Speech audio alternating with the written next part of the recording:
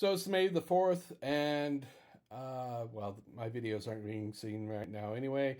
Nothing's making it to the FYP, so might as well talk about something I really enjoy about Star Wars, and that is it is playing a wonderful trick with genre.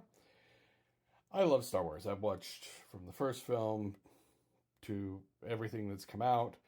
I've read many of the novels, read most of the way through High Republic. I've read a lot of the comics. I am a Star Wars nerd. With that said, it does this weird trick with genre because it is absolutely a high fantasy genre. If you poke at the sci-fi skin, you see the high fantasy bones underneath. Orders of mages using light and dark magic, princesses, knights. Come on, this is a fantasy story. It's a high fantasy story. We're not even talking like Conan, Fafhrd and the Grey Mouser. No. This is high fantasy. But it wears this science fiction skin on it, which it's not the only property that does that.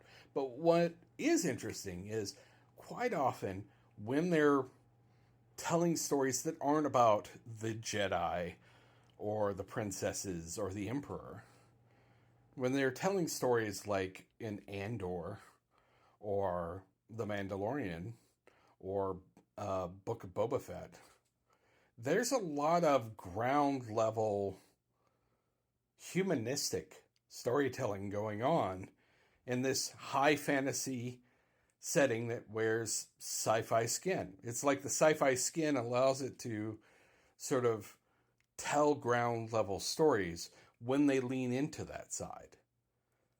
I find it fascinating. I really do. It's one of the reasons why Star Wars is one of my favorite sort of properties to play games in. When people ask, what's your favorite game settings, I'm always going to be like, well, do you mean ones that are licensed to be, or are you talking about things that were created to be?